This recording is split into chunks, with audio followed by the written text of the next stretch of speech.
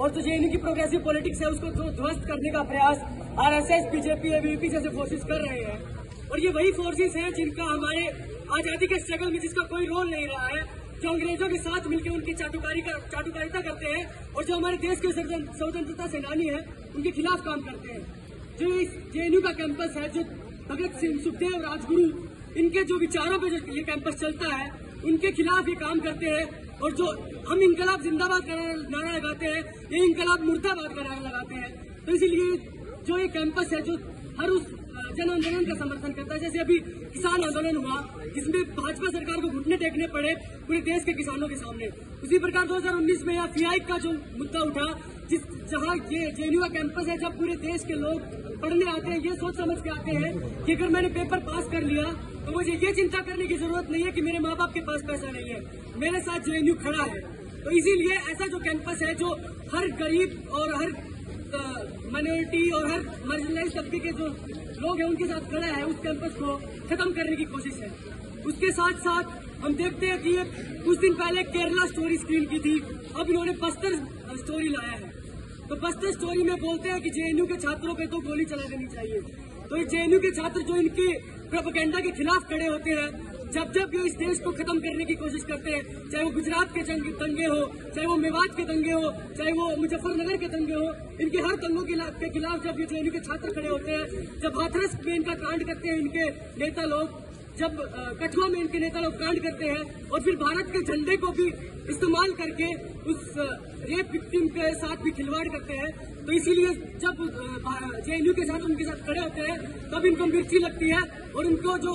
यहाँ का जो वर्ग है, जो सोचने समझने वाला वर्ग है, जो डिबेट डिसेंट में विश्वास रखता है, उनमें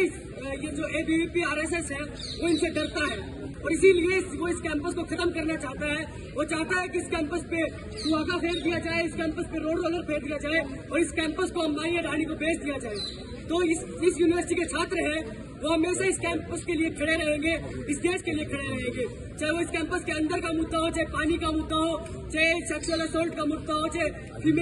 फीमेल या किसी भी माइनॉरिटी जेंडर की सिक्योरिटी का मुद्दा हो, या फिर कोई भी हॉस्टल इंफ्रास्ट्रक्चर का मुद्दा हो, तो इस यूनिवर्सिटी के छात्र वहाँ खड़े रहेंगे। और चाहे इस देश का कोई भी मुद्दा हो तो भी इस यूनिवर्सिटी के छात्र खड़े रहेंगे। और ये जो भाजपा आरएसएस का जो ये प्रोपेगेंडा है, इस देश को खत्म करने का जो इनकी नफरत की राजनीति है, उसके खिलाफ भी इस यूनिवर्सिटी के छात्र खड़े रहेंगे और इनको हरा के मानेंगे। इसी के साथ मैं आप लोगों से यही उम्मीद करता हूँ कि ज्यादा से ज्यादा लोग कल एक यूजीपीएम होगा, उस यूजीपीएम में आइए और अपनी बात रखिए। और इस यूनिवर्सिटी का जो राइट टू यूनियन है, जो 5 साल से इस वीसी ने और जो पुराने वीसी भामीडाला ने और मोदी सरकार ने जो छीन रखा है, उसमें आप यूजीपीएम में सब लोग आइए और मांग कीजिए कि एक इंडिपेंडेंट स्टूडेंट इसी के साथ इलेक्शन हो और एक यूनियन इलेक्ट हो जो हमारे लिए लड़े। जैसे 2019 में FIAC हुआ था तो हमारे लिए लड़े थी, इसलिए अभी भी लड़े। क्योंकि आपने देखा हो क्योंकि एक 500 करोड़ का हेफा लोन इस यूनिवर्सिटी को दिया गया है, तो इस ऐसे लोन के कारण कौन पे करेगा वो लोन हम जैसे ही छात्रों का FIAC करके वापस पे किया जाएगा यूनिवर्सिटी के द्वारा। इसलिए जरूरत है एक स्ट्रॉन्ग यूनियन की, जो यूनियन इन छात्रों के लिए लड़े। ऐसी यूनियन नहीं जो DU में है, जो DU के 3 बार FIAC हो चुका है तो भी वहाँ हाथ जोड़ के BC के आगे खड़े हो जाते हैं। ऐसी यूनियन चाहिए जो 2019 में लड़ी थी और आगे भी इस यूनिवर्सिटी के छात्रों के लिए लड़े। इसीलिए कल के यूजीपीएम में शामिल हो और अपनी बात रखे और एक इंडिपेंडेंट स्टूडेंट इसी के साथ अपनी आवाज वहां रखे। इनकलाब जिंदाबाद।